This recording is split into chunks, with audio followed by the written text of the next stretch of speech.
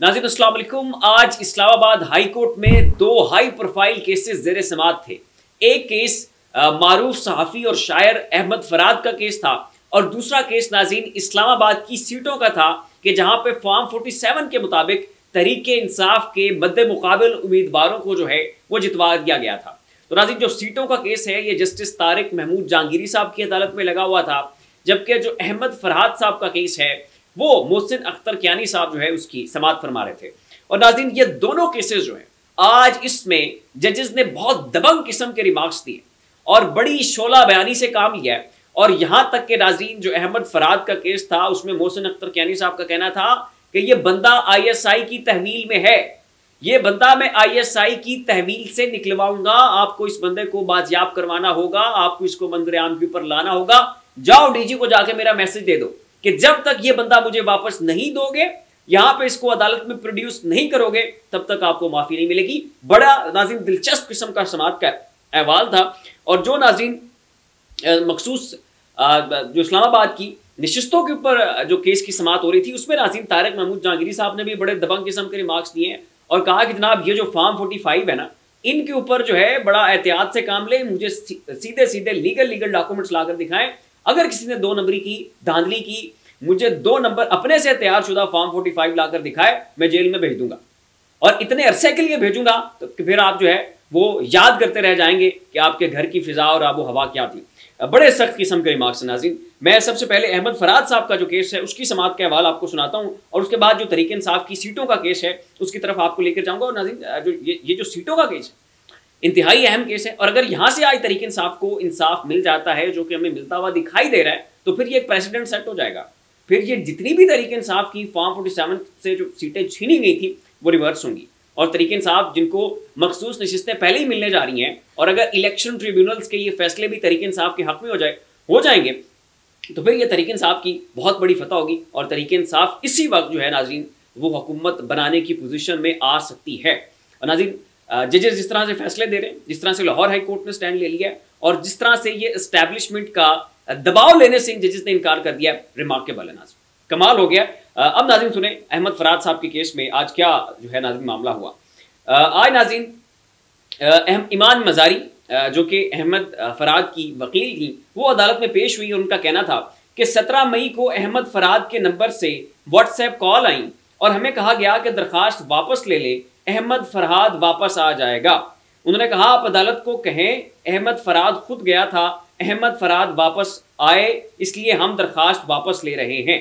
नाज़रीन जो अहमद फराद की ज़ौजा उनको कॉल्स आती हैं कि अहमद फराद को छोड़ दिया जाएगा, हम उसको आज़ाद कर देंगे, ISI की जानिब से ये कॉल की जाती है, लेकिन हमारी शर्त है कि जो आपने अदालत में दरखास्त दी हुई है उसको वापस लें और कहें कि अहमद फराद कहीं गया हुआ था। तो उसके ऊपर नाज़रीन ईमान मज़ारी का ये कहना था कि हमने दरखास्त तो वापस ले ली लेकिन हमने ये झूठ नहीं बोला कि अहमद फराद खुद से कहीं गया हुआ था, लेकिन इसके बावजूद हमने उनकी इंस्ट्रक्शंस के ऊपर अमल किया, इसके बावजूद अभी तक भी जो है वो अहमद फराद को रिहा नहीं किया गया। ये नाज़रीन कहना था ईमान मज़ारी का। और उसके बाद नाज़रीन जज साहब का ये कहना था कि ये बंदा ISI के पास है, उन्हें फौरी तौर पे जो है वो अदालत में पेश होना चाहिए और जो सेक्टर कमांडर है वो भी पेश हो, जो सेक्रेटरी दाखिला है वो भी पेश हो और इसके ऊपर जो है वो आपको हर सूरत जवाबदेह होना पड़ेगा। और उसके ऊपर नाज़रीन ISI की जानिब से जो वकील थे उनकी जानिब से मौक़िफ़ अपनाया गया कि ये बंदा हमारी तहवील में नहीं है, ना ये IB की तहवील में है ना ये ISI की तहवील में है, हमें नहीं पता ये बंदा कहाँ है। तो उसके ऊपर जज साहब का कहना था कि वो जो फ़ोन कॉल्स हैं उनके घर वालों को जा रही हैं कि जी आप दरखास्त वापस ले लें और बंदा हम छोड़ देंगे, वो फ़ोन कॉल फिर कौन कर रहा है, उसके लिए जवाबदेह कौन है, उसके लिए फिर हम किसका गिरबान जाकर पकड़ें। तो ये झूठ बोलना बंद करें, बंदा आपकी तहवील में और ये बंदा मैंने आपसे निकलवाना है। ये नाज़रीन एग्जैक्ट वर्ड्स थे जस्टिस मोहसिन अख्तर कियानी साहब का। अब नाज़रीन आ जाते हैं सीटों वाले मामले के ऊपर। तो ये नाज़रीन जो तारिक महमूद जहांगीरी साहब है उनकी अदालत में ये केस लगा हुआ है और इसके ऊपर नाज़रीन उनका ये कहना था कि इस्लामाबाद की तीनों सीटों के जो फॉर्म 45 हैं वो मेरी अदालत में जमा कराएं, जो रिटर्निंग ऑफिसर्स हैं सब आकर अपना अपना बयान हल्फी जमा करवाएं, सब आके कुरान के ऊपर हल्फ लें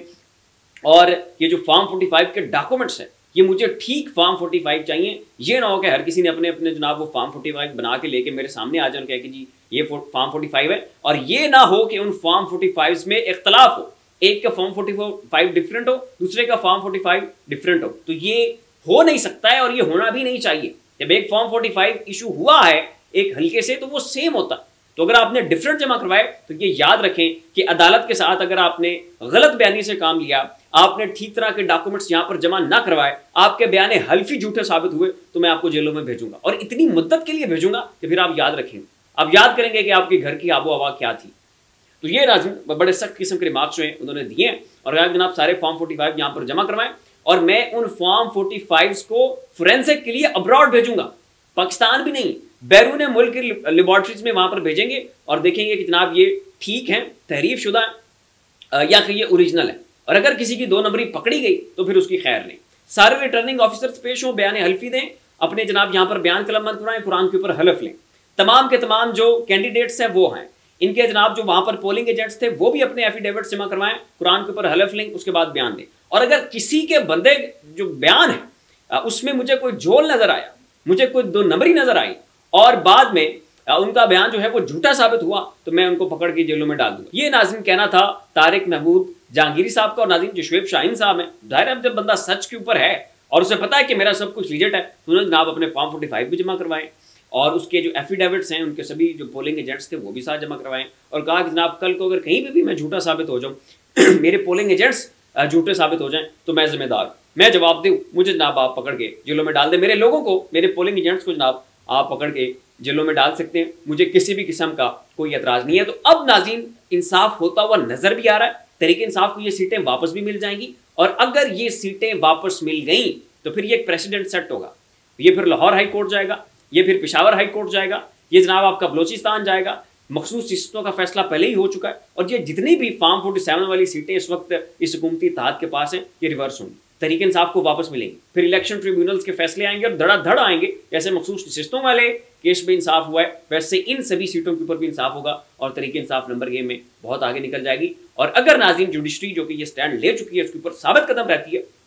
दरमियान में आके फिर ये जो डराया धमकाया तो उनको जा रहा है, अगर ये इसको सस्टेन कर जाते हैं, ये बर्दाश्त कर जाते हैं और इसी तरह अपने मौक़िफ़ के ऊपर कायम रहते हैं और इंसाफ के ऊपर मबनी फैसले देते हैं, तो फिर नाज़रीन इस हुकूमत की बसात चंद ही दिनों के अंदर लपेट दी जाएगी। फिर वक्त इतना ही। ऐसी मज़ीद लम्हा वलम्हा अपडेट्स के लिए हमारा चैनल सब्सक्राइब कर लें। शुक्रिया।